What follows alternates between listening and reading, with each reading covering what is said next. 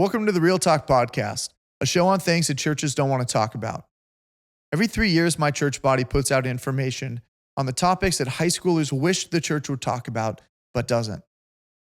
After years of seeing it, I finally decided enough is enough. We're going to talk about it. So no matter how divisive or challenging, on this show, we do. This is a show run by Christian high school students, which means it's not a panel of experts. These aren't people trying to give you oversimplified advice to complicated issues. Instead, what you'll find here is honest, raw, human conversation about topics that tend to be divisive today. Episode 1 is on mental health, and to be honest with you, we cover a lot of ground. So if you're going through anything with your mental health right now, this is a trigger warning. One of the things that we cover in this episode is a concept called vocation. Vocation is really the stations of life that God places us in to love and serve Him and our neighbor. So for example, a student, a teacher, a son, a daughter, a friend, a parent, a coworker, all of these things are vocations. We have multiple of them at multiple times, and they change throughout our lives. But the one thing that stays the same is it is a way that God chooses to care for His creation. He chooses to work through people, and people serve their neighbor and love God through vocation. So we can fulfill our love for God and neighbor by being a good son, a good daughter, a good brother or sister, a parent, a friend, a good student, a good teacher, a good police officer, a good farmer, a good lawyer, a good McDonald's employee, and a good garbage man. All of these things are vocations in a way that God chooses to love and care for His creation. With that in mind, we hope that you'll enjoy episode 1 of the Real Talk Podcast on mental health.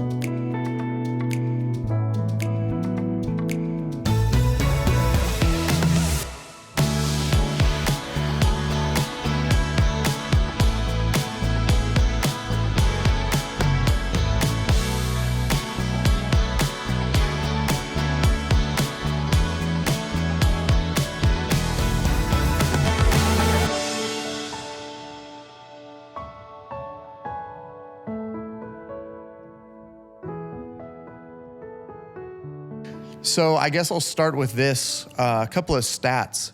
This is from the CDC. 40% of teens in 2023 reported persistent feelings of sadness and hopelessness in the last year. 40%. And somewhere between 15 to 20% of those teens reported destructive behaviors associated with those feelings. And the WHO reports globally 1 in 7 10 to 19-year-olds experiences a mental disorder. 1 in 7. And that accounts for 15% of the global burden of disease. And then in 2024, a quarter of young people ages 10 to 24 said they did not feel supported by family. 45% reported struggling with their mental health within the past 2 years. And 29% had engaged in or considered harmful behaviors or actions. And that's according to the Youth Mental Health Tracker, which is a study released a little bit ago by Sergio Health. So I guess my question is, how did we get here? How is this where we are? And as a high schooler, what's your perspective on that? I think one thing that really has affected us is COVID. We were locked up in houses and deprived of social interactions. And I think lack of social interactions can cause a lot of issues personally and can lead to a lot of loneliness. And I think, that could have led to a lot of depression or anxiety when COVID was over. Maybe talking to people was just like anxiety driven because you're not used to it. And during COVID, a lot of people relied on social media and video games, and social media is just so negative in so many different ways. You know, we're shown videos and photos of people, they're happy, they're on vacation, they have all this money and this popularity, and we look down at ourselves and think, like, they have this and I don't have that, and I'm missing something in my life, and that could lead to so many emotions, so much sadness and anxiety, and also just FOMO, like fear of missing out. And I think that social media in so many different ways, whether that be body image, feeling left out, politics, literally anything, that could lead to like so much heightened emotions. And I think that could have been a really big cause.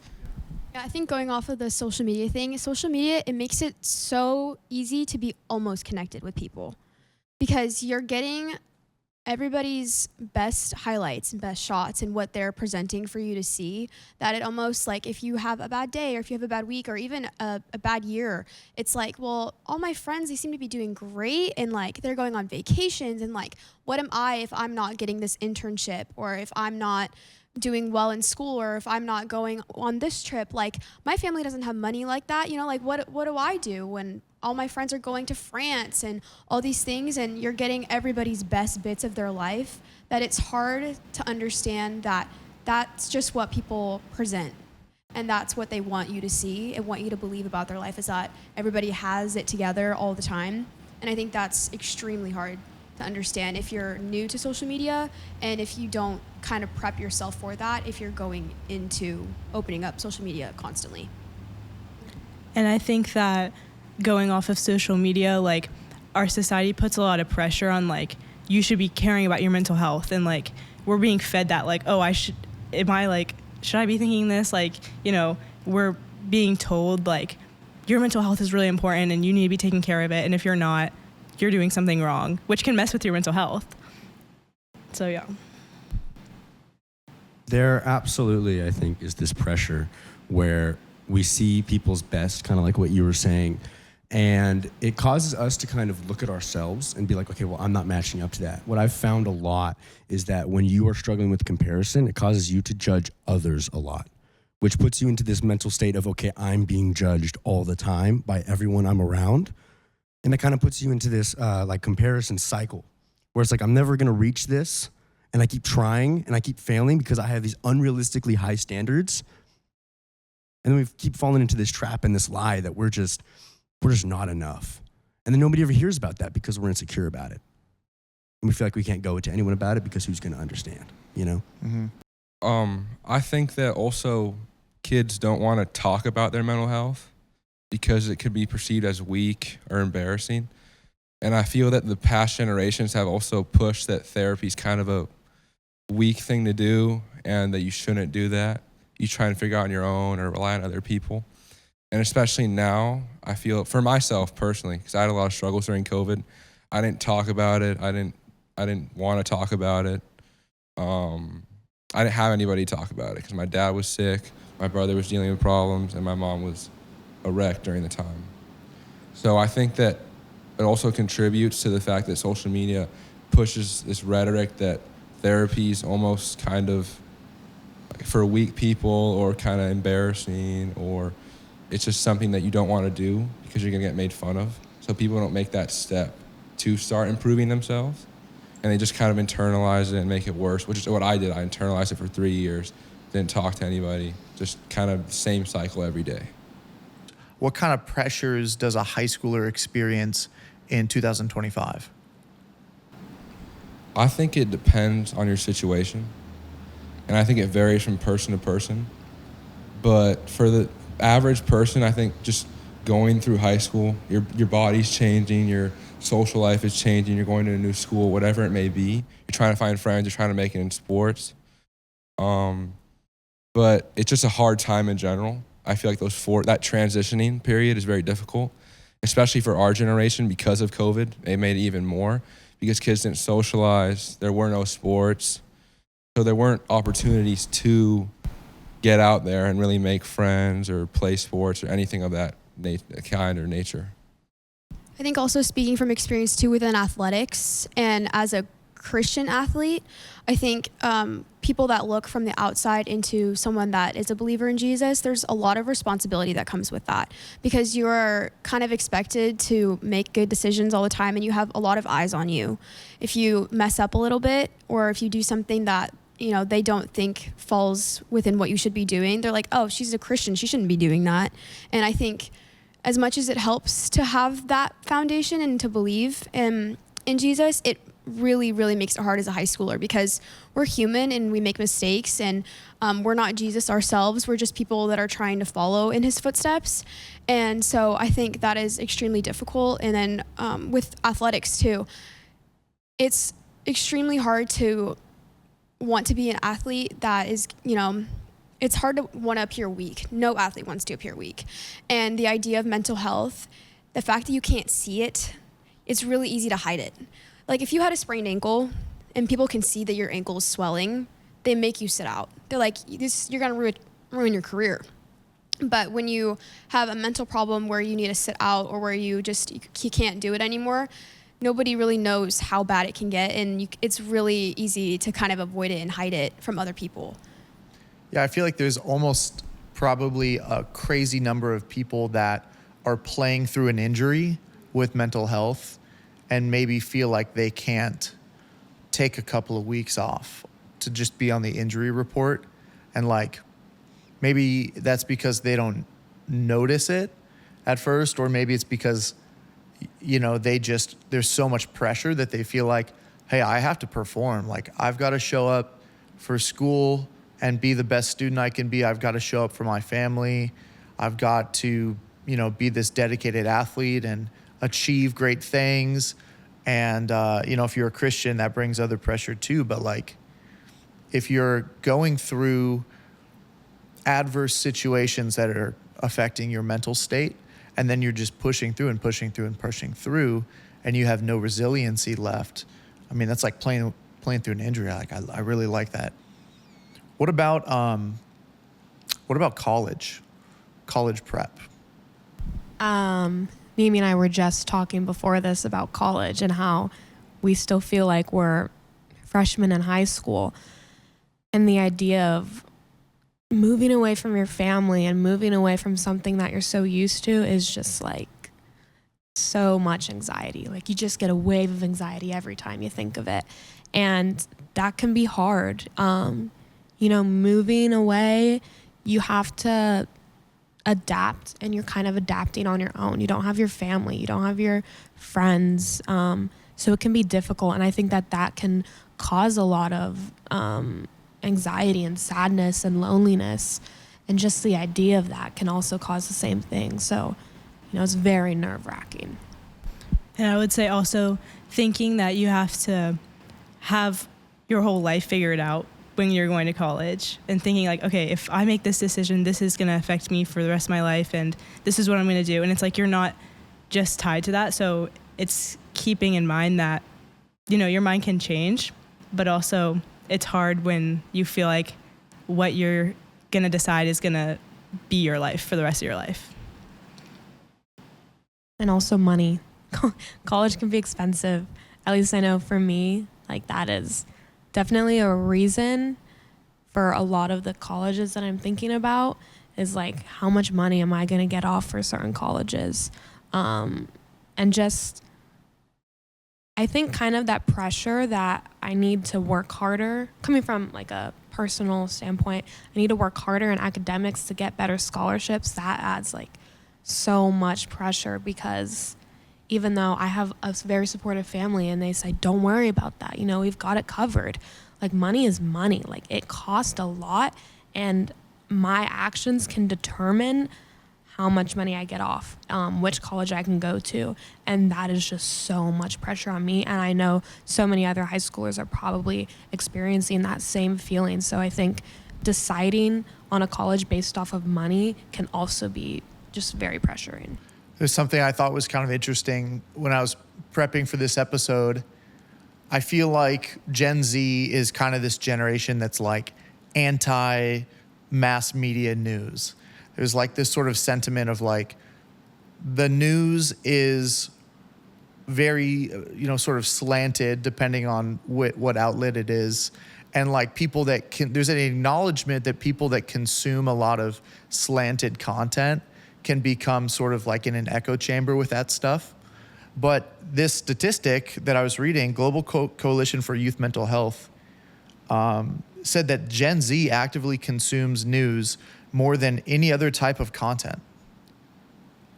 They feel a strong sense of accountability for shaping the future, And this constant engagement comes at a cost. 6 in 10 Gen Z report feeling overwhelmed by news and events happening in their community, their country, and the world at large. I mean, what's it like to be constantly aware of everything happening in the world all at once? I think for me, I'm always on I'm always on TikTok, I'm always on Instagram, and a lot of my feed is like politics, like what's going on around the world. And literally yesterday, I was just scrolling for 2 hours just watching videos about like what's going on in the world, watching videos about kidnappings that are like happening and stuff like that. And the amount of like stress and overstimulation that I felt was just so insane. And I was sitting there like, I'm putting this on myself. Like, I'm choosing to watch this video and I know that it's causing me anxiety, yet I still sit here and watch it because I think social media does a great job of making things like eye-catching. Like, you want to see what happens next. And I think for teenagers, like, that's so much. And there's almost this feeling of like, what can I do to stop this? And it's like, I'm a 17-year-old girl. Like, what am I going to do to help, you know, these kidnappings that are happening? What am I going to do to stop all this political debate? And it's just crazy because I'm putting pressure on myself over something that I honestly don't know that much about and can't do much about either. Like, that is just, social media is just so harsh on the mind, especially when it comes to the news and it comes to politics. I think everything's on blast. I think that there's so much coming at my face specifically. Like, I feel like there's a pressure to be educated on much more because there's so much in front of us right at our fingertips. And you're kind of expected to have an opinion and to know where you stand. And there's a pressure of like, if you don't support this, then you can't be in this friend group. Or if you don't follow this, then sorry, you don't fit in with us. And it's extremely hard to navigate that when, you know, you're 16, 17, maybe like even as young as, you know, kids are having social media at like 13 and 14. So it just keeps getting younger and younger every year. And there's so much information coming to your brain, and it brings on a whole set of new problems that may have been good intentions, but it spirals and it gets too far down a rabbit hole of things to worry about constantly. Yeah, it's one of those things that, like, there's this concept called vocation in Christianity, and as Lutherans, we talk about it a lot. But vocation, I think, has something great to say about that because there's this pressure I think you guys are hitting on to, like, have everything be your vocation. Like, it's my job to worry about, you know, the war in Iran, or it's my job to solve, you know, to have the right opinion at least on the war in Ukraine or on a certain political stance, or it's my job to know everything there is to know about gender and identity or racism or things like that, where it's like vocation says that's someone's job, but it might not be mine. And that's okay. And that takes, I think, so much pressure off because instead of having to be the expert on all these things that 100 years ago you would have never been able to have access to, but now you have access at your fingertips. Now you just need to, with vocation, be an expert on the things that God has placed in front of you specifically. And those might be those things. I mean, who knows, right? But at least I don't have to, you know, it's like this idea that everything is something that God wants to solve, but not everything is mine to solve. I think a point that I love that you brought up is how everybody kind of thinks it's their problem. I think what's so interesting is that with world issues, you like have to have an opinion. You know, something happens, even in a small, like, is it a friend group? It's like, whose side are you taking? You know, and what's your opinion and why is it your opinion when maybe you don't even know the whole situation? And so, like, that is elevated and amplified in today's world. When something big happens, it's what's your position on it? What's your opinion? And I'm willing to argue that on your opinion. And you're just like, I don't know what's going on. I haven't learned about this. I'm the first person. You're the first person to tell me that. So it's like, how are you going to expect me to argue something and argue with something I don't even know about, you know? And everybody, that's how you get people with like uneducated like opinions and just big arguments and a bunch of quarreling for like seemingly no reason. Mm-hmm. Tons of like divisiveness and division and stuff.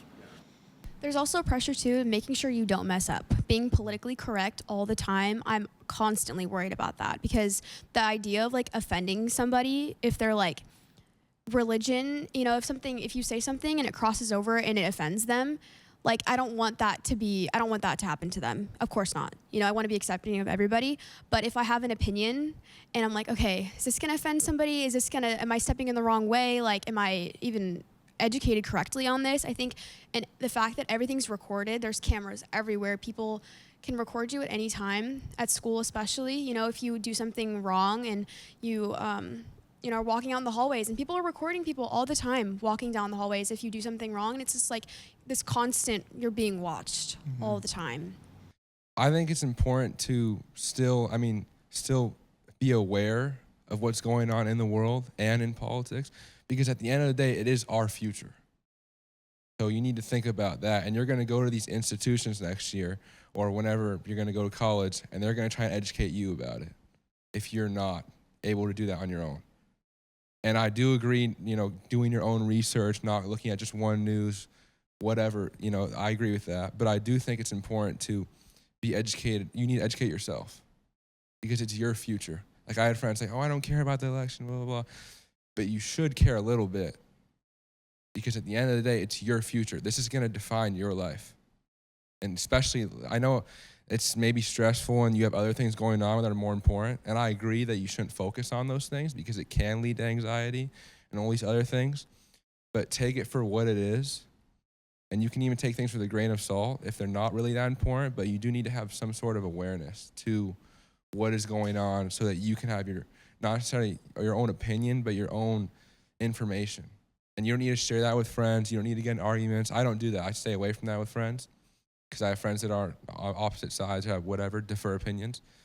But you do need to be educated on your own. You know, educate yourself on your own time because it's important for your future and yourself. Yeah.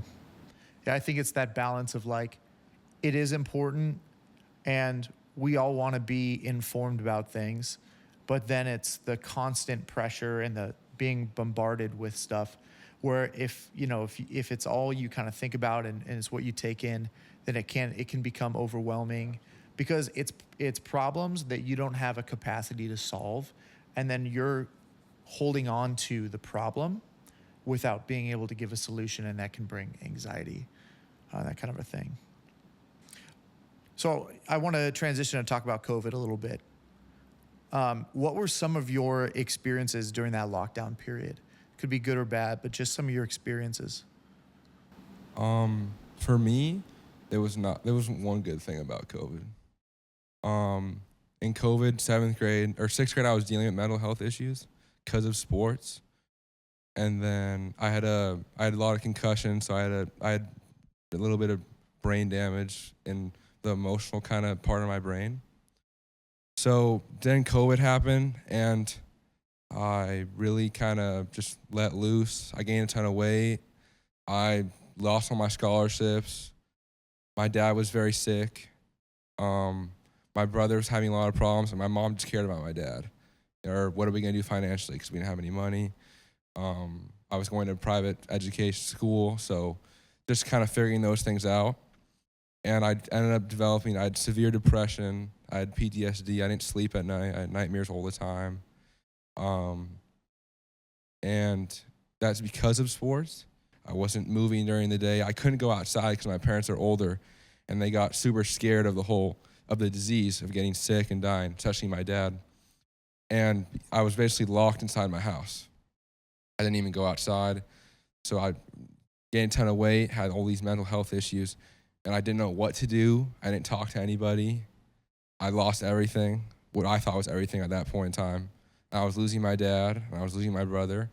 So there was not one upside to COVID. And I still think that that's a big part of why I still have some issues mentally or physically.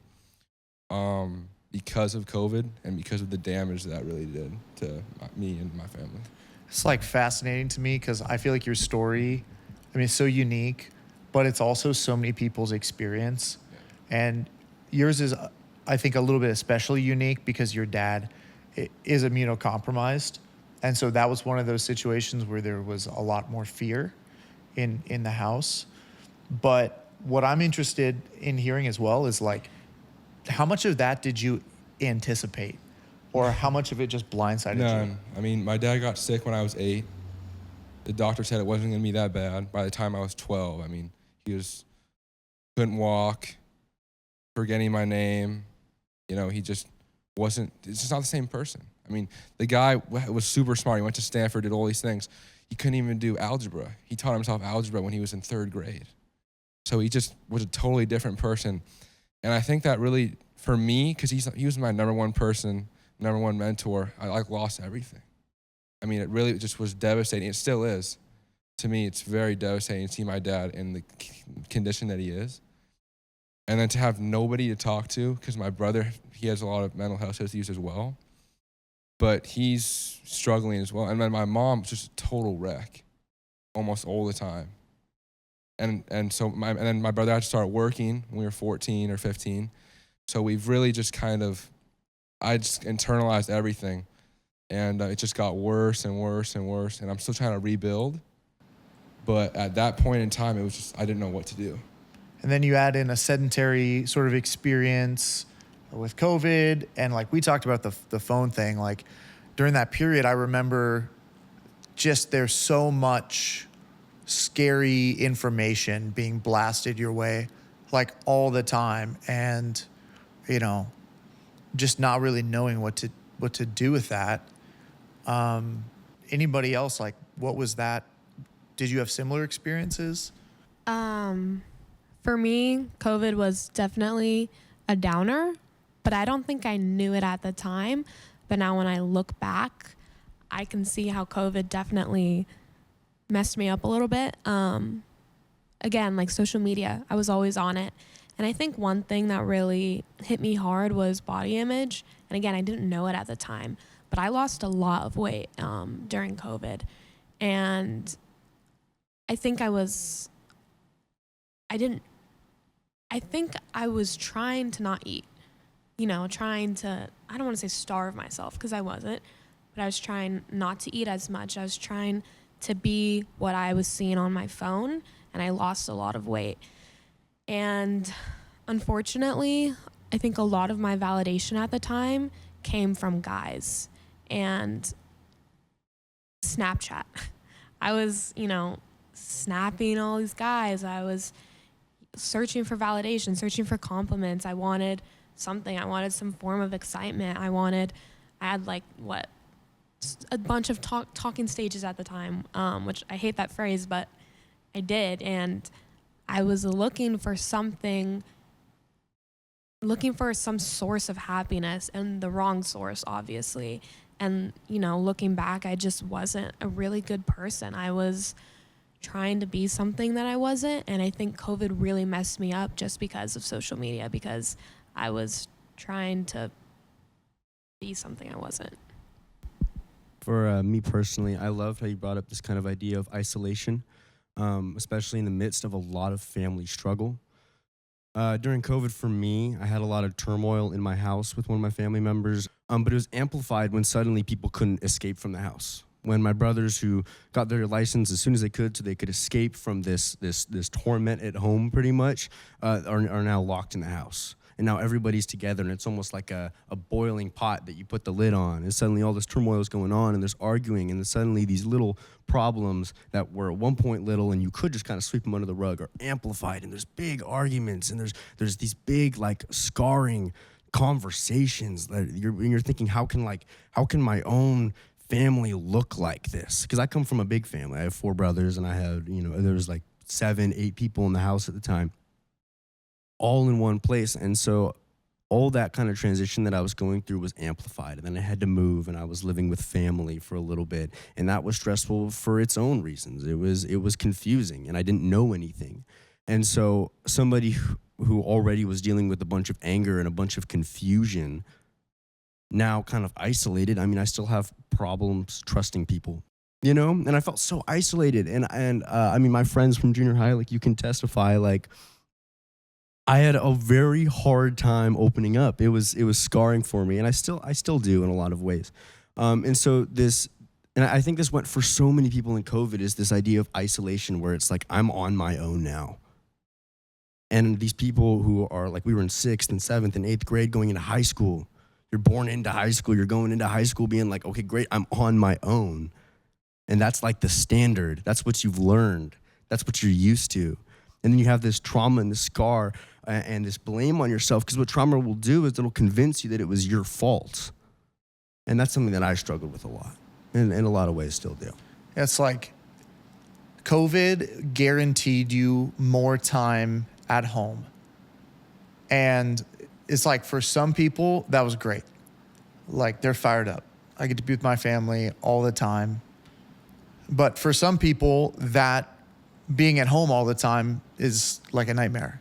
Because I like what you said, it's like putting a lid on something that there was an escape from before. And COVID definitely kind of guaranteed that whatever was happening already would be amplified in your life in terms of mental health. I don't think any of us really saw that coming. Like, you could talk to adults, same thing. Like, none of us really had probably thought about isolation and its effect on you as a human, even physically, until we all kind of went through it. And then afterwards are going, hey, that was really bad for me. And I can look back and see all these things that affected me. And, you know, now I have to work through and just kind of deal with and live with. There's this quote from Dr. Dan Siegel. He's a UCLA clinical professor of psychiatry. And this was a quote that I found. I kind of like this. It's kind of interesting. In the United States, especially, more than any other country, actually, we have a very individualistic stance about life, that you're born into a body, and who you are is your body, and that's yourself. That's you. You should take that body and make sure it does what it needs to do. And this individualism is actually quite a conflict with a deeper biological reality that we're incredibly social. When you add to the adolescent period of the brain remodeling, the whole exposure to social media, and now 3 years into a pandemic, you have isolation. These messages say you're supposed to be okay by yourself, but then you get on social media and you see how everyone is curating these images that look like they're also happy when they're actually not, but it appears that way. And then you can't reach out and develop that on your own because of this virus that's keeping you separated, and how parents are stressed out, and all these things happening in the world. I mean, all these things that we've listed and more. How have you guys seen the church talk about this stuff? Well, when I saw that quote, the first thing I thought is, how counterculture is the Bible on that? You know, Paul writes to the Corinthians talking about like how your body is not your own. And I love how he's saying like who you are is your body. And that's not who God says you are. Your body's a gift, and you're supposed to treat it as if it is a gift. You're supposed to honor it, but you're not meant to exploit it. That's why you can't exploit other people's bodies. And you are not your body. You are who God created you to be. You're who God says that you are. And that's so counterculture about that is how we've kind of turned it into, I am my body. I am myself. Like, this is mine. And it's my choice to decide what is right to do with it. Well, so it's like it is yours, right? But the idea I think that you're getting at is that you're more than that. You're a body and a soul, and that body and soul is created for community. And maybe you're saying that the church is kind of like that? Yeah, I think the church definitely does emphasize community. Whenever I've talked to people who are like, who have left the faith, and they say, you know, I think church is great for community, but like past that, I don't really see a value. I've heard that a lot. Yeah. Yeah. Is that it's evident that the church is a strong place of community. And I mean, even in Genesis 1, it's, you know, God knew that it was not good for man to be alone. And how we've kind of flipped that around, saying that's like the only way to live is alone. Devastating. How have you guys heard the church or Christians talk about mental health issues, even just throughout history? I think within my own personal experience, I've had to rely a lot on my friends my age. Like, like Nick can testify to this also. We have relied a lot on each other. I'm very, very grateful for him because I think going to adults, it can kind of feel almost invalidating when, they're looking at a young kid and they're like, oh, but you don't know that much. Like you only know as much as you're exposed to. But what they don't understand is we're exposed. Like I would say I know as much as my mom probably knew at like 26. Like in my head, I am like 26 years old because I've been exposed to so much and had to experience so much that I feel like the acceleration of knowing things has just completely ruined everything. And so within the church and within community, I found that I really needed to rely on my Jesus loving friends. And without them, like I had my whole freshman year, I go to public school, so I don't have people that are around me that have the same morals as me. It's constantly being, I guess, debated with on things, and like my friends would judge me if I wasn't doing the same things as them, and it was just like, it felt really isolating to be the only one that stuck with my way of living. So when I found my friends in my Bible group and things, and I think it was a really important factor for me, and it brought me back to what I grew up with, and I'm very grateful for that too. And they were very open about it, and I think that within the Christian community, they're very accepting and understanding. It's other people outside of the Christian community that can get a little tricky, in my personal opinion. I kind of stayed away from God from my whole life until I was about 12, when my dad was dying in the hospital, and that's when I said my first prayer to ask him just to keep him a little bit longer. And because I asked him, why are you doing this to me? Like, it's just unfair, because I just don't know why he's doing this, And I didn't have anybody to kind of go to. I mean, I went to private school for 2 years, Christian private school. I earned a scholarship. I got lucky. But even there, I didn't feel very connected, feel very supported. And I didn't feel I don't know, like you were talking about, like you have a Bible, you have this and this and this. I didn't feel that.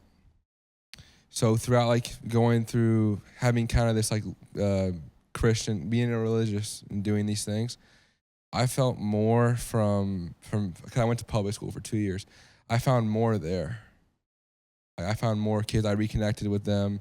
They were able to relate more to what I was going through a little bit. And because I felt when I was at that private school that everybody cared about themselves, what they wanted to do, and they were very focused on other things.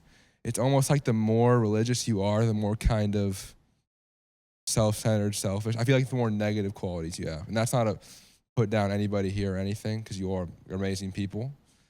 But in my experience, that's what I felt, especially in my family. Some people are very religious, and they're very horrible people, very evil people.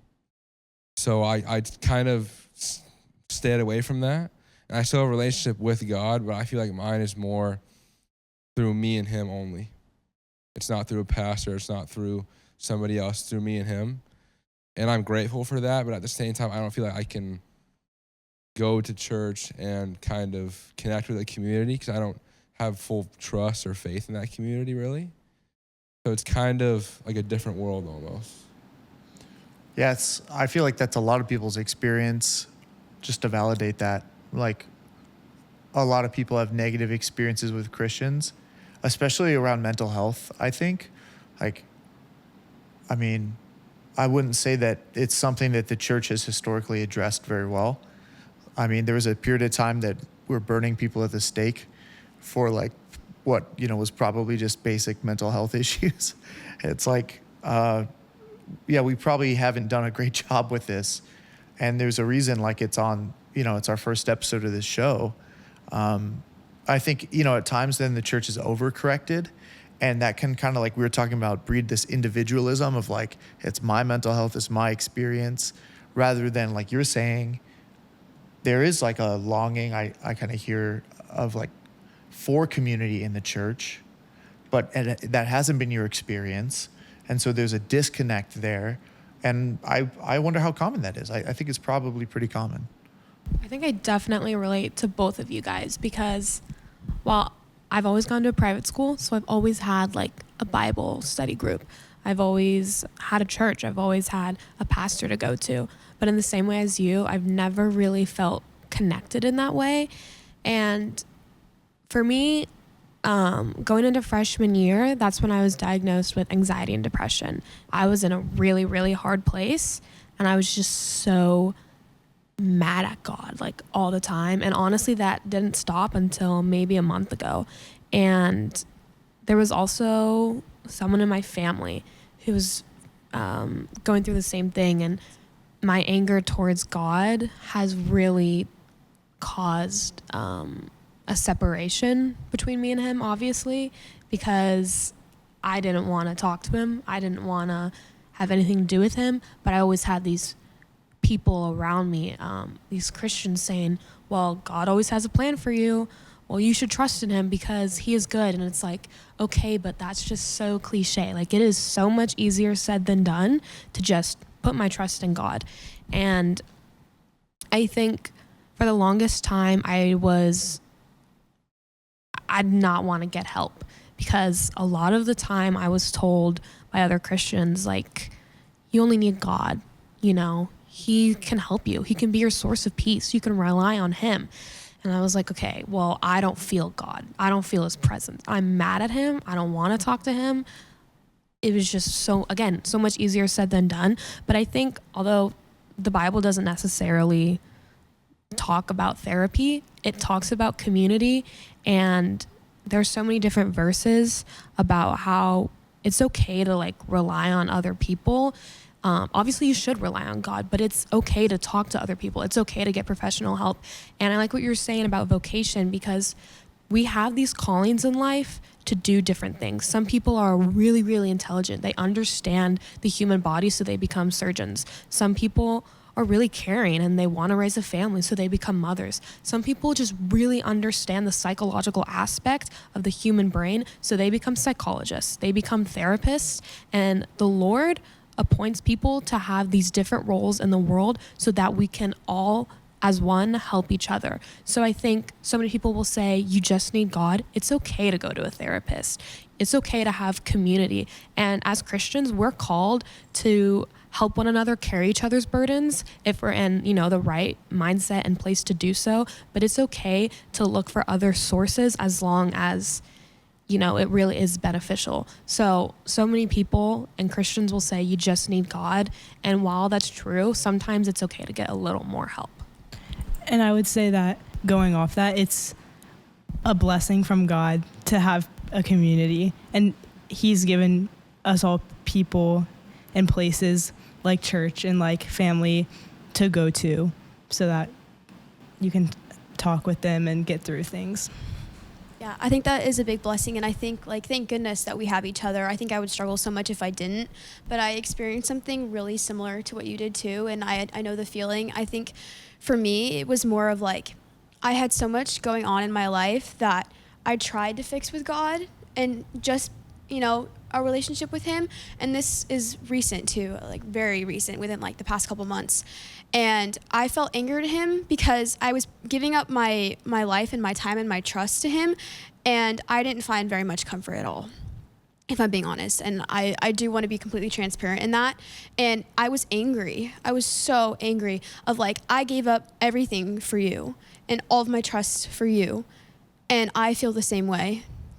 And it was like, am I doing something wrong? Am I, you know, like, what does surrendering even look like as a Christian? Like, what does that even mean? And doing research and like focusing on the fact that like, maybe there's just something that doesn't click for some people and it takes a little longer. You know, like I've struggled with this topic for probably 1.5 years now. And I would be lying if I said that it's fixed at this day. Like I'm probably right in the middle of it. And so, understanding that it's not a fast process where you're just gonna, you know, read the Bible, pray, wake up in the morning and it's all sunshine and rainbows. Like, that is not how it works. It's a process that takes a while to have multiple factors and layers to it, and that you just have to keep working through it and keep pushing through it.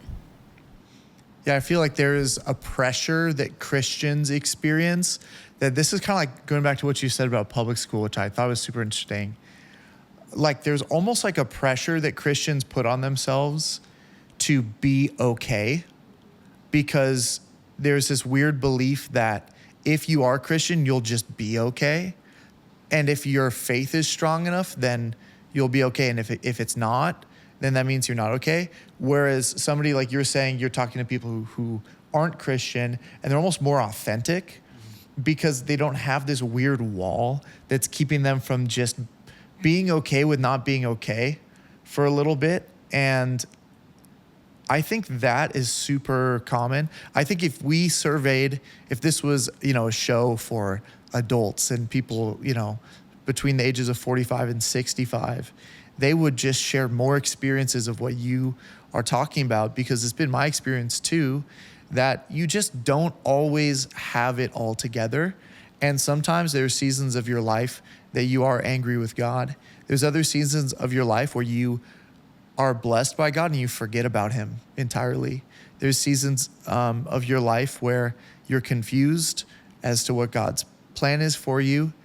And I think learning to kind of be okay with not being okay is a part of faith. And there is this pressure, and I think it comes from, there are certain theological traditions, especially that are popular in America, that don't make a lot of space for a Christian to suffer. Like there is a significant amount of pressure, whether it's just a cultural Christianity pressure to just be kind of perfect and have this beautiful life and beautiful lifestyle, especially here in Orange County. But we live in this area, especially in Orange County, that's oftentimes a facade. And for Christians, that puts this tremendous pressure on us. And then if you add on to that a theology that says, if you just believe hard enough, your problems will go away. If you just have enough faith, God will fix your mental health. God will fix the challenges that you're facing. God will heal your family. God will create breakthrough in your life if you just believe. And that's not the story of Scripture. The story of Scripture is people wrestling with God, people walking with God. The story of Scripture is Job. Job had great faith. Why didn't God break through for him? And that's kind of that deeper question that I think so many people experience and the church has not done a good job of addressing. My thought is, if the church isn't doing that well in this category, how is the rest of the world doing with it? I'm not on social media that much because I know that it's harmful, so I try to stay off. But I know that our generation is perceived as very soft, as having it very easy, when in reality it's kind of the exact opposite. I mean, everything's more expensive, everything's more difficult to do. So I think everyone thinks that, who cares? It's the younger people, they'll figure it out. Especially the older generations, because they probably had to do that. They have that same kind of mentality of, I was alone, I had to figure it out, whatever. Let them figure it out. They'll grow from it, they'll learn, whatever. But I mean, the reality is mental health is the worst it's ever been right now. And there's a reason for that. It's COVID, it's school, it's politics, it's things that are changing and developing in a new era, in a new generation. And whether you want to address that or not, it's kind of your prerogative. But I believe that you do need to, especially your parents, you need to have a conversation with somebody if you are struggling. And I know that social media may promote that or it may not. Because, like I said, it's embarrassing to go to therapy. It's almost kind of like you tell somebody and they're like, oh, that kid has problems, stay away from him. Or he's weird, don't go near him. He's going to infect you with his mental health issues. And that was kind of my experience almost, because I had these problems. So I think it's important to kind of you need to find it within yourself to reach out. And I know it's hard. Trust me, I do know that's hard, but I think it's the most important thing to do for yourself is to reach out to somebody if it's not your parents, because I know, you know, I know everyone here may have problems with their parents or whatever it may be, but at the same time, you need to take that first step to recovery, because if you don't, it can lead to a much more treacherous path. I think that's a big problem with teenage boys too. I think I am really open to talking to my friends that are girls about it because we have a different kind of bond and a different kind of trust with each other. But I think guys, it's just a different dynamic. You know, you're expected to just be bros and just be fine. And like, you know, like we don't talk about that kind of stuff. And like, I'm cool and like, I don't have any problems like that. But I think that's where they really start to struggle, is like feeling like they have nowhere else to go and they have to do this on their own. And I think, you know, speaking from experience of hearing from my guy friends and from people that I trust and that trust me enough with their problems, I think that needs to be addressed more too, is like having a brotherhood and having people that have similar ideas and similar struggles as you, I think is an aspect that a lot of people are missing. Mm-hmm. Yeah, it probably looks different for every person, but just figuring out what it looks like so that you can at least address it and have those conversations when you need to, because we all struggle. I wholeheartedly agree with you when you talk about how that's a struggle with guys and how they just kind of act okay all the time, and they just kind of put on this persona of I'm always okay, or I'm always, you said one of the bros, you know what I mean? And I've talked to so many guys where they're just like, yeah, I'm okay. And you even say like therapy's embarrassing. I know when I was first in therapy, I told nobody about it because it's just hard to talk about. It's just like, oh, you need therapy? Like, are you good? It's like, no, I'm not good. But like, if I like, why? Like, why aren't you good? Like, what? So guys end up, and I've talked to so many guys who just mainly don't even know how to speak about their emotions. Like, they're just so lost. It's like, are you okay? And it's like, I don't think so. And then you're like, tell me about it. And it's like, I've never talked to anyone about it. You're the first person to ask me about it. The amount of guys I've had tell me, like, nobody's ever asked me that before. Or I even spoke with an adult who was like, 40 years into my life is the first time I'm going into counseling. The first time I'm talking about my emotions and all the stuff that I left unpacked for 40 years, I'm talking about now. That was crazy to me. That was crazy to me. The fact that guys have to grow up with this and just tough it out. Yeah. You know, that's what my dad would always tell me. Just tough it out. And meanwhile, he was pushing down his trauma that led to him inflicting the same trauma to his children. And so we can obviously and evidently see the effects of pushing our emotions down, especially as guys. Mm-hmm. Do you guys feel like there's maybe a little bit too much conversation about mental health sometimes? Like, I feel like some people try and make them feel like seem like they have mental health, even if they don't. And I've experienced that. And like what he was saying, I didn't want to talk about my emotions. I'm the big guy. I don't want to be perceived as a soft individual. And especially in a time where I had to step up and be that person for my family, to go out there and to provide for my family. I don't want to be seen as a weak person. And sometimes I thought it's none of the people's business. You don't need to know about my life. I don't need to know about yours, whatever. But I think that I went to therapy. It's so beneficial. It really is. And like talking about my other friends, they have a lot of mental health issues. And I try and help them. I'm not a therapist, but I've gone through a lot and I've experienced a lot. So I try and give them whatever I can to help them in their process. But I know that for especially for men, it's something you don't want to talk about. I didn't want to talk about it ever. I still don't like talking about my feelings because I think it's perceived as I would be seen as a soft individual. Like for sports, you don't want to tell your teammates that. You don't want to tell your teammates that because then you're like, oh, are you going to play as good? Are you going to do this as well? And I didn't, because I would fake an injury just to get time off. That's to the point where I was at. I was just, or I would get an injury and be like, oh no, I'm out for a month, and it was like 2 weeks because I didn't want to go back and do it again. So I think that you don't want to talk about it as a guy, or you don't want to let people know what's wrong, especially for if you have family problems. Because I didn't want to tell people about my dad. I wasn't ashamed, I wasn't embarrassed, but at the same time, it's like I felt it was a very personal struggle, and I felt that it wasn't very important because at the end of the day, it happened to him. Like, it's over. There's nothing I can do. It's like those things. Like, I just lose so many people. I just lose like so many father figures in my life. My trainer, my dad, my uncle, whatever it is. It's just nobody there. So what do you do? Who do you talk to? And everybody else around you is like disappearing. My brother has really, he has his own problems. My dad's family's out of the picture because they don't like him. My mom's family lives in Mexico. I just had nobody there. So you don't want to tell people about it because you don't feel the need to. And if you do, it's like, when do you tell them? How do you tell them?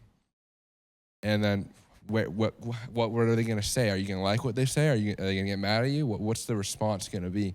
So you think about all those things and you're like, maybe I shouldn't. I don't think I should. So I just internalized it and it just made it so much worse.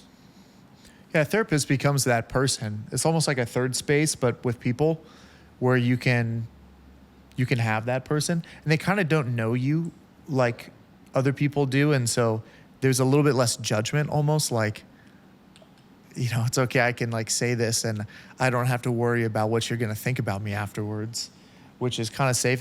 That's the way it should be with everyone, that we trust, but it isn't always. I think there's also something you said about like kind of it's the wrong people sometimes in therapy. I can't remember where I saw this, but it was a clip of a therapist talking about they did a study across all of their practices, and basically therapists were saying they're sitting in sessions with people going, the people that you're talking about are the ones who should be in here, not you. Like, you're here having this conversation, it's great, but like, where are those people that that you're talking about? I kind of see that online a little bit. Like, it feels like everyone thinks they're an expert, and there's a lot of like self-diagnosis happening. I was just gonna say that too. Yeah. I was gonna say it's like the idea of like if you have a simple cough and you like go to look up and try to figure out what you are, and it's like, oh my gosh, Google's saying I'm gonna die in a week. It's like self-diagnosing is the same thing with mental health too. It's like you go to look up and you have one problem and then all these other problems pop up and you're like, oh, so maybe I have it a little worse than I thought. And the idea of like all these different like categories of like anxiety, depression, and like bipolar disorder, and like everything underneath the sun is right in your face. It's like I could have 5 of these things if I had just followed what these people, this random person on the internet, is telling me that I have. So I'm happy you mentioned that too. Yeah, it's like 5 signs that you might be depressed or something, and you're like, oh my gosh, I have that every day, but it's just things that it might just be like, you're worried about a test or something, or you're having a rough go of it this week, but it's not always that it's that serious. I think I've had a lot of experience with that. As someone who has like properly been diagnosed with anxiety and depression, I've had some friends who I've told about it. They'll come up to me and be like, I think I have depression too. And I'm like, oh, whoa, okay, like tell me about it. Like, what's going on? And they'll be like, well, he didn't text me back. And I'm really, really sad. And I'm just like, okay. So first of all, you may be feeling sad. You may be feeling a little depressed, but let's dive into a little more.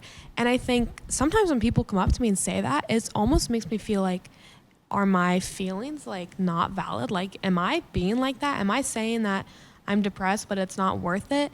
And one thing I want to say is, throughout my life, one thing that I've really struggled with when it comes to talking to other people is not necessarily who can I talk to or what can I say, but is what I have to say worthy of bringing it up? Like, is it even good enough to talk about? Or is it just something that can be brushed off the shoulder? Or is it genuinely something that needs to be talked about?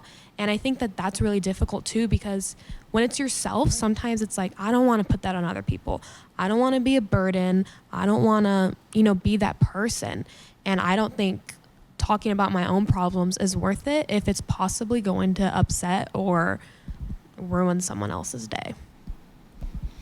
Something I love that you brought up is, oh no, I can't talk about this because I'm going to be a burden.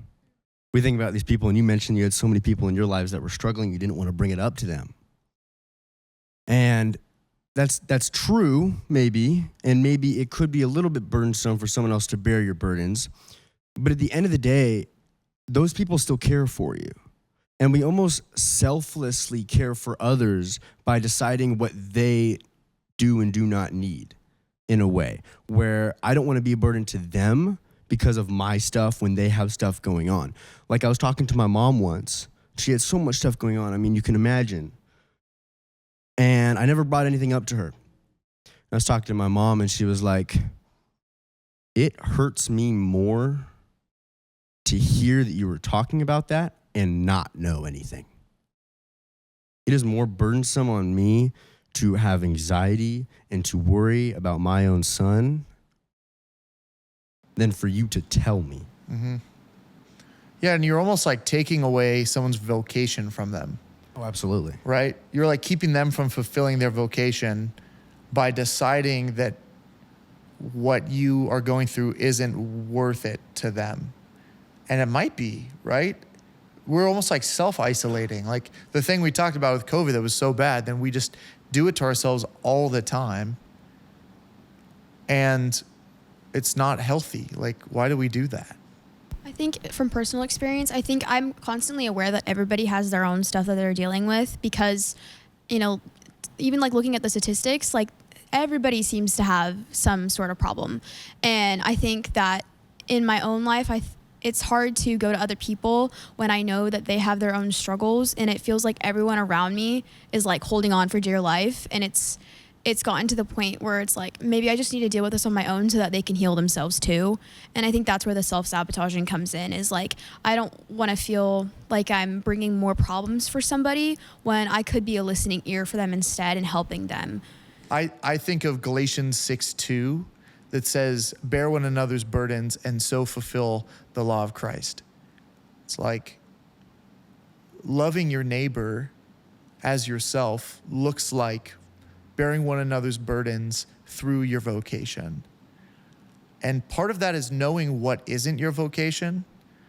And part of it is knowing what is and then doing something with it. Like when you see someone who's struggling, or even on your own, helping someone else fulfill that vocation by opening up to them. When there's someone in your life that you think you might be able to trust, or that you do trust. But there's all these different views of mental health. Like we're talking about overdiagnosis and self-diagnosis. I'm curious, what's your definition of mental health?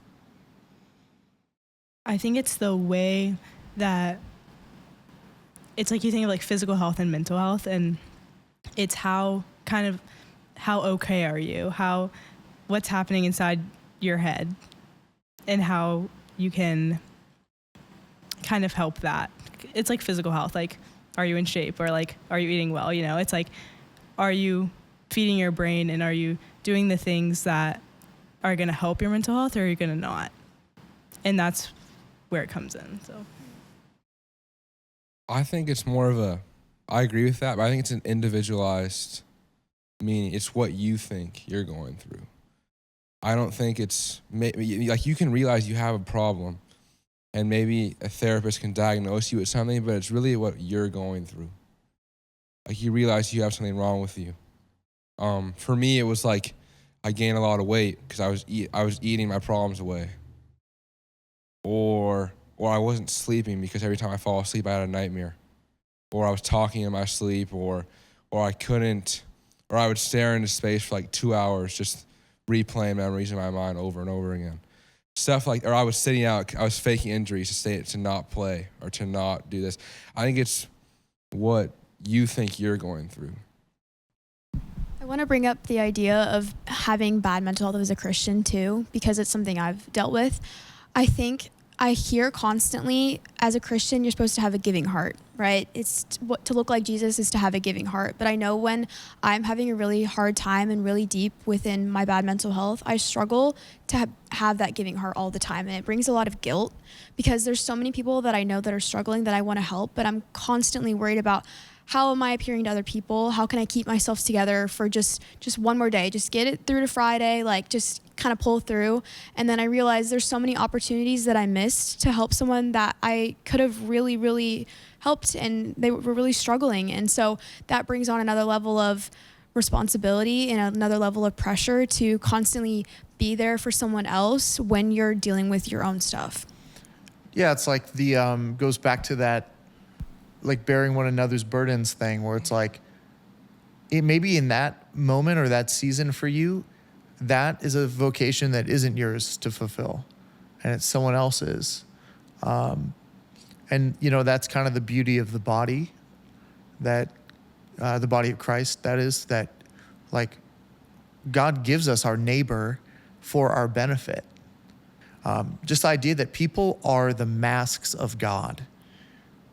And so that person is given to you by God to care for you in that moment.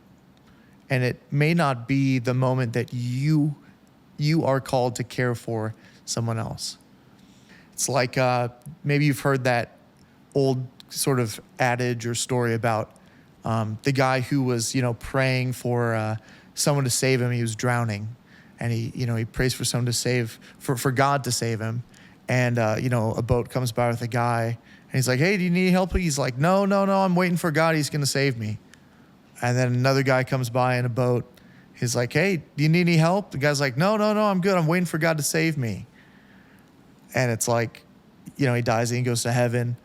And he's like, "What the heck, God? I asked you to save me." He says, "I sent, 3 people in boats. Why didn't you get in?" And God gives us our neighbor to care for us and to be the mask of God in the times that we're struggling. I think for me specifically, I have to give myself a lot more space than I used to.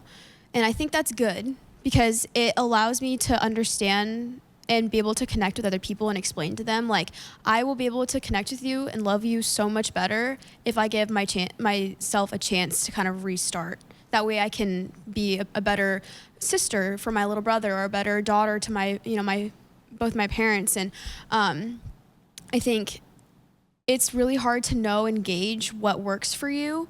And it's hard to do those things because the idea of depression is like, you don't want to get out of bed when you should go for a walk. I've had my mom multiple times have to drag me out of the house to get me on a walk, and I was literally bawling the whole time on the walk. But I felt better afterwards, and sometimes you just need a helping hand and a friend who knows that you're struggling to kind of take you out of your comfort zone and to really get you out there. And I'm really grateful for her for doing that for me. This could be like totally wrong, but I think when I think of mental health, it's just regulation of emotions and a balance of emotions.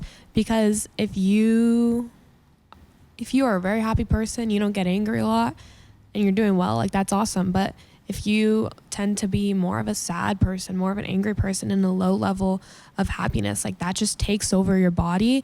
And so I think mental health is just kind of the balance and regulation of emotions, and how much is it going to affect you as a person, how much is it going to affect you socially, and just how much of a toll is it going to take over you.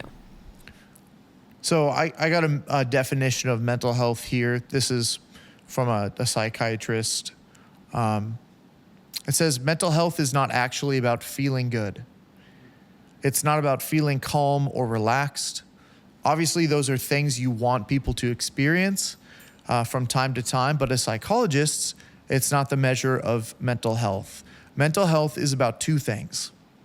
Number 1 is having feelings that fit the situation and context that you're in. So if you're in a painful situation, it's a painful emotion. And if it makes sense for the situation, that's evidence of mental health.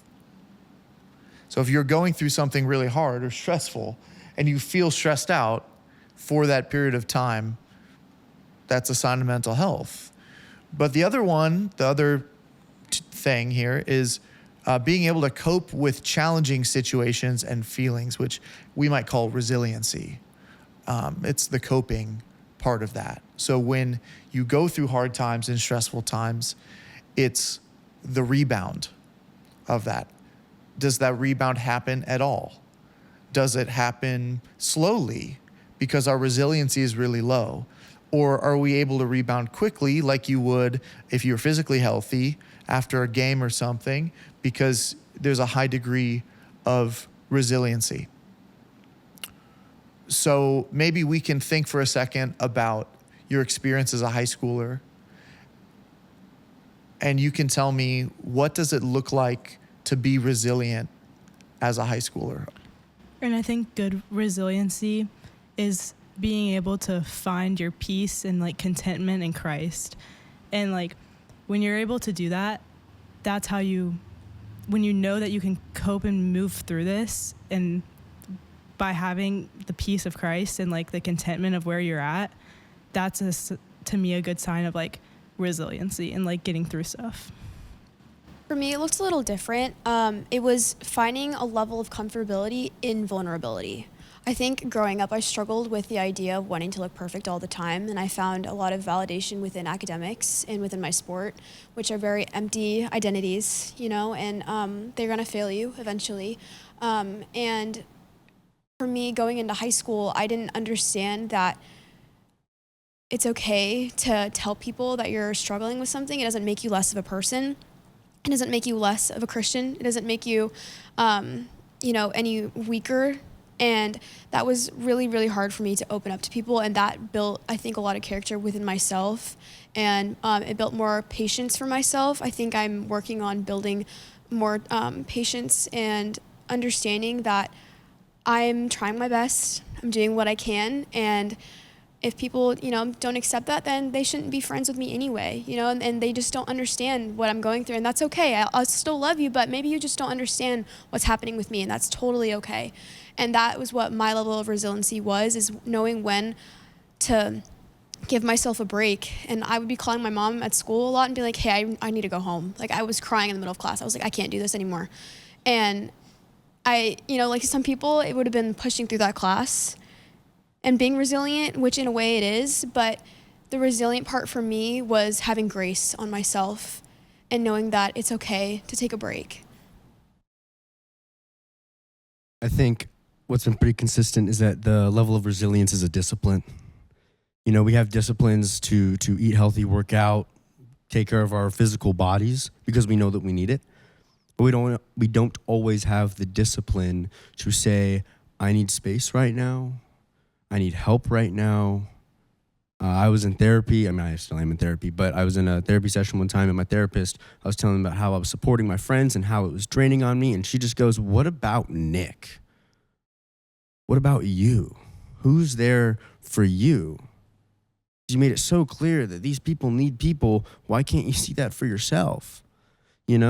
And it's a discipline to be able to maybe push through the class, or maybe the discipline to be honest with yourself that you need to call your mom.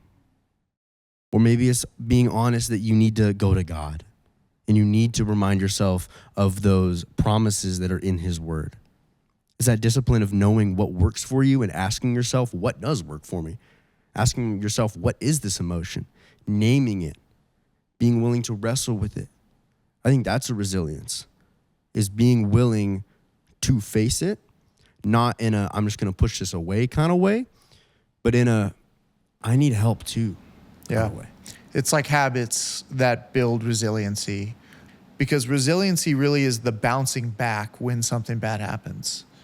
And so how do I make it possible for me to do that? Maybe it's building strength. Maybe it's having grace for yourself so you don't you're running in the red all the time. Maybe it's just being able to name what you're feeling and identifying it first, or it's, finding people around you that can support you instead of feeling like you have to support people all the time. But all those things can help us build resiliency and get through times that are extra tough. So, we're almost out of time here. So I want to kind of just wrap up with this. What are some Bible verses or stories that are just a comfort to you when it comes to mental health, that kind of stuff? I think one story that really comes to mind is just the story of David. He was this guy. He started out as a shepherd. He defeated Goliath, and then he became very popular because he defeated Goliath. And for a long time, the king at the time was King Saul, and he had like this target towards David, and he was hunted down. And although it doesn't explicitly say in the Bible, oh, like David was depressed, David was anxious, David was da da da da da da. Like, could you imagine constantly having to watch your back if you're being hunted down by a king and probably all his servants or whatever they would be called? Like, the amount of anxiety you would feel. And then as life went on, he became king. And then he had struggles with his family, with his son, and his son Absalom died. And again, it doesn't say David was depressed, but could you imagine, like, you lost your son? Like, I'm not even a mother, so I don't know what it feels like, but I can only imagine the amount of sorrow and grief that you would be feeling. But I think just David's story is so amazing because even though he wasn't, a perfect person, he was definitely a sinner. One of my theology teachers is like, David was a horrible person. Like, I don't like the story of David. Whether you think he's a good person or not, God chose him and God used him. And God uses the broken because I don't even know why. I don't know why God does it, but he does it. Yeah, he chooses the weak to humble the proud. Yeah, there you go. I mean, it's just the way he chooses to operate. Yeah. And I think that that's just such a great example because just some takeaways from David's story. Struggling does not equal lack of faith. And just because you're struggling doesn't mean that God's going to use you, that God is not going to use you, because he will. He uses everyone. He has a choice. He has a plan. He has everything planned out for everyone, which again is hard to believe, but he was a king. He was used by God and he struggled and he had a hard life. And I think that his story is just so amazing and can be very applicable to a lot of lives today. Also, we don't know that he was depressed or anything like that, but what we do have is the Psalms. And those are the outpouring of David's emotions. And if I always say the Psalms are like, well, I used to say this before, it was controversial to say this, but the Psalms are like the Drake catalog. Like, there's a psalm for every emotion that you have, right? Now, we're Team Kendrick, but, it's a bedrock. It's a wealth of opportunities for you to connect with a Christian voice that is expressing the feelings that you're having in the moment. And it's an example of knowing how to turn to God when you're suffering, when you're happy, when you're angry, when you're stressed out or confused. There's a psalm for every one of those things. So that's a good one. I think that your story too of like the fact that God uses broken people for his good, I think that brings a lot of level of comfort to me. As like, ooh, yay, I may have a plan now, guys, that may qualify me because I'm struggling, and like, thank goodness, like maybe there's so many times where I'm having a hard time and I tell myself, you know what, I'm gonna have a great testimony. Like, this is just, I'm gonna be able to help someone later. Like, I hope that is God's plan for me, because if that meant that I could help someone else, like, thank goodness I went through what I went through so that someone else doesn't have to do that on their own. And like you said, is there a Bible verse? I think for me, it's James 1, verse 2. Consider it pure joy, brothers and sisters, whenever you face trials of many kinds, because you know that the testing of your faith produces perseverance. That to me is ingrained on my heart, because that verse sometimes was the only thing I had. It was the only thing I had going into tests, going into volleyball games that I was not prepared for at all mentally, and I didn't have anything else. And finding something in a verse or a chapter or a book that you really resonate with is really important. And I think people need to find that for themselves too, whatever works for you. Well, and what's the end of that verse too, right? It's, the testing of your faith, it produces steadfastness, and let steadfastness have its full effect, that you may be perfect and complete, lacking nothing. And it's almost like this idea that the cruciform life, the life that's shaped after the cross, is the life that we're promised on earth. So we're not promised a life free of suffering and sin, but what we are promised is that when we walk the way of the cross, we're with Christ. And that, it's that other verse that says, produces, and it produces. And it says suffering produces eventually hope, And hope does not put us to shame. Why? Because our hope is in Christ, who has conquered those things. And I like that verse, and it connects with mine, which is all of the not yet promises of the Bible. You know, this idea that right now we're suffering. Right now we deal with mental health issues. Right now we face adverse experiences in life. But there's a promise in Christ of the not yet.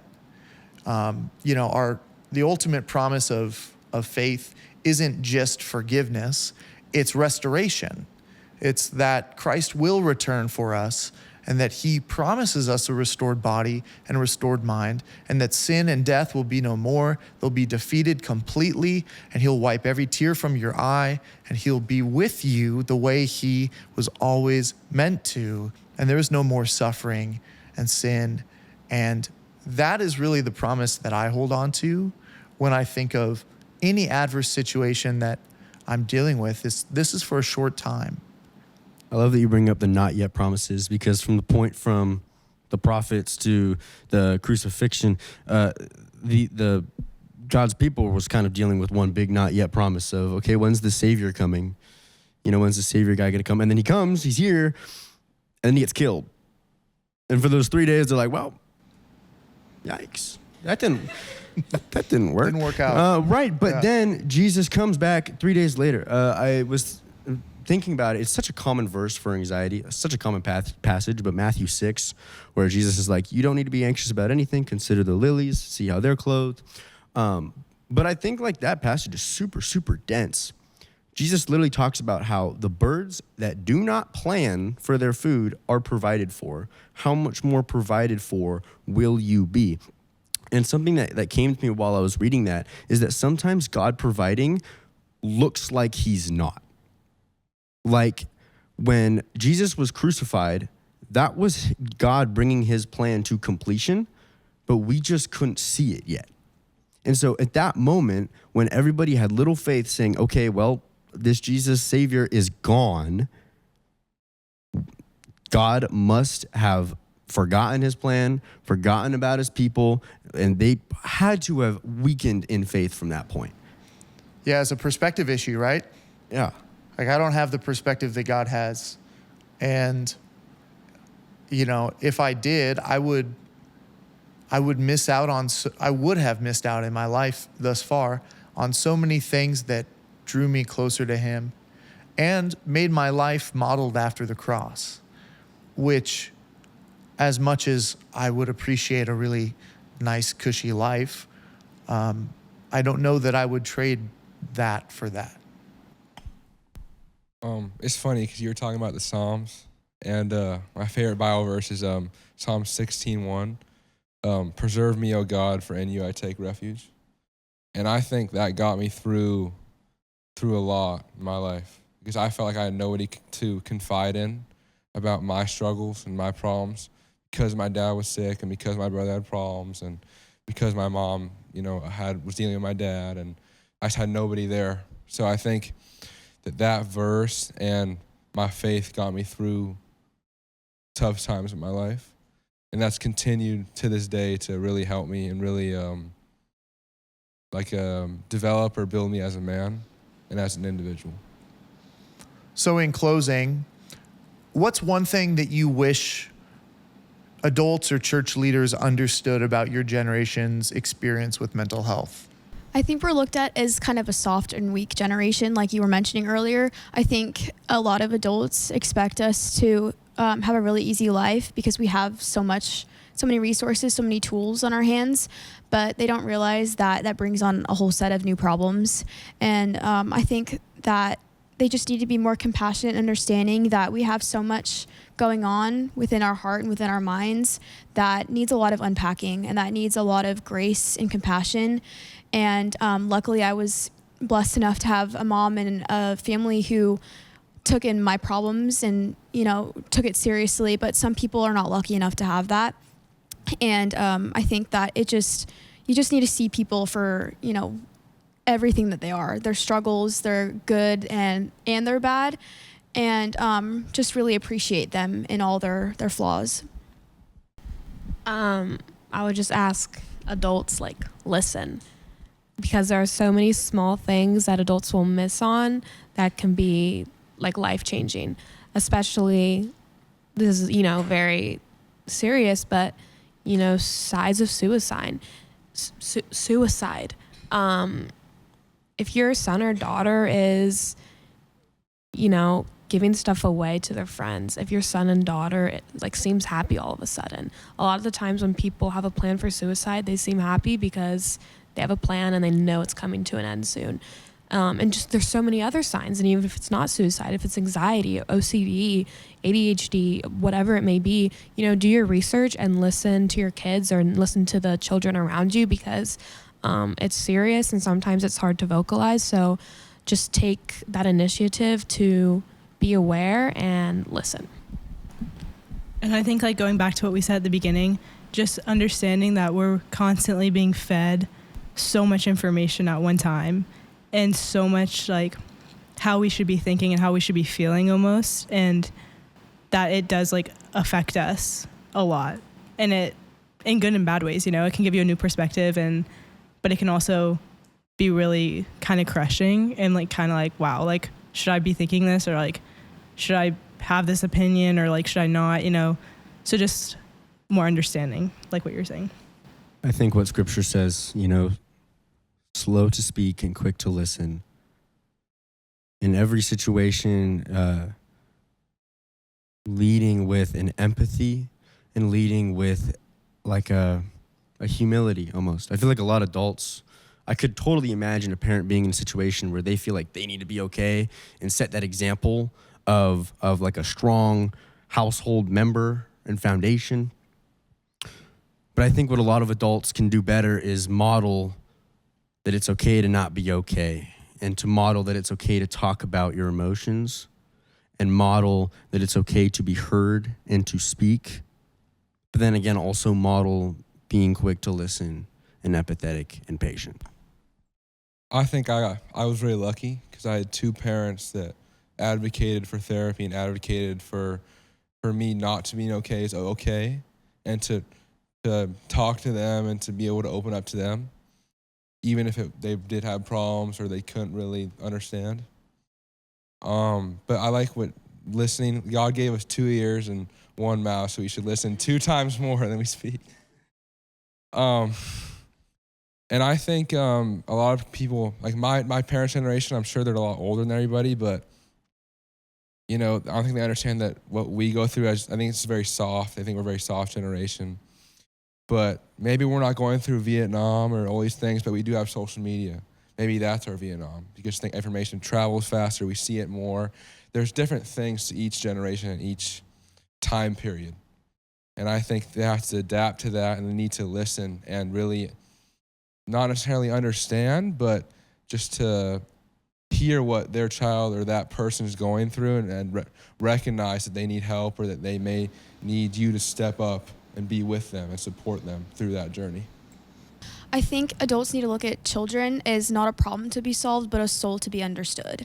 And I think when I tell adults a lot of things, I get a lot of, okay, how can we fix this problem? How can we do this? So they give me all this advice, and I'm like, I just wanted somebody to listen to me.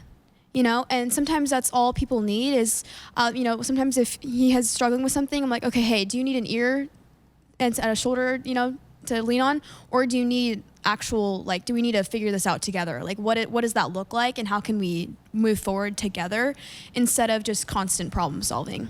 And that's actually an amazing segue into this stat that I wanted to close with, because I think it's really hopeful. And this is the same youth mental health initiative, same survey that we opened with, found that 95% of youth ages 10 to 24 believe there are people in their lives who really care about them. 76% feel a sense of belonging with a group such as their friends or school. And 83% express that they're optimistic about their future. I think adult relationships is this one common thread through all these things, are one of, if not the most helpful relationship for a young person who is struggling with their mental health and looking to improve their relationships with those right around them. So first of all, your advice is all golden. But second of all, the local church is a place for all of those things, right? It's a place with people who really care about you. It's a place where you experience a sense of belonging. And it's a place where you can be optimistic about the future because Christ is in the future no matter what it is.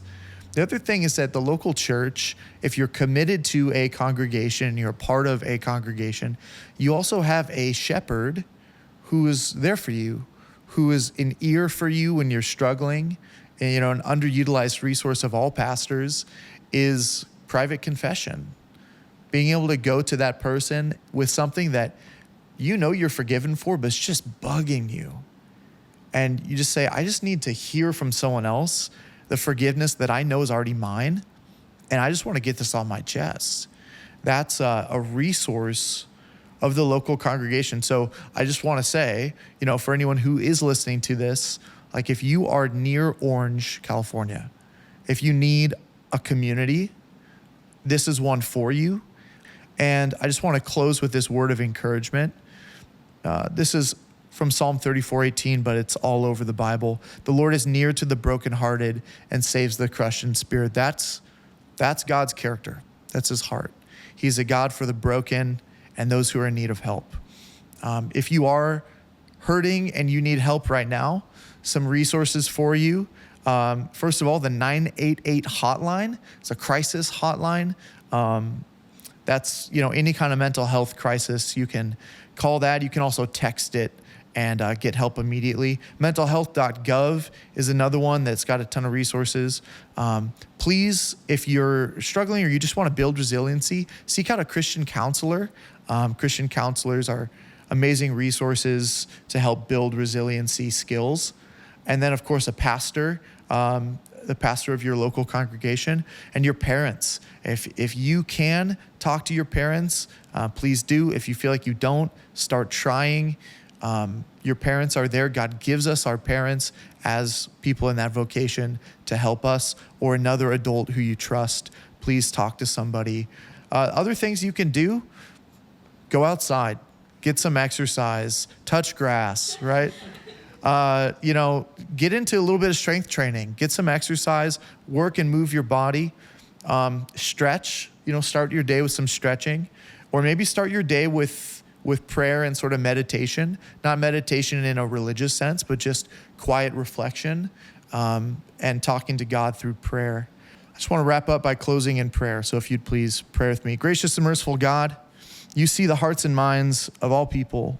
Lord, you know those who are weighed down by anxiety and all sorts of things like depression. Lord, we pray that you would be with each person who is struggling right now. Lord, we know that you are there for them, that you are a God who saves the crushed in spirit and who's with them. Lord, we pray that you would open up doors for all people who are struggling to get help, to be surrounded by community that supports them, that can encourage them and keep them in community during those times, and keep our eyes fixed on the hope that we have in Christ, that there is a day where Christ will return for us. Until that day, we look forward with hope and we look outward with expectation for the people that you're calling us to be there for. Lord, we pray all these things in your name.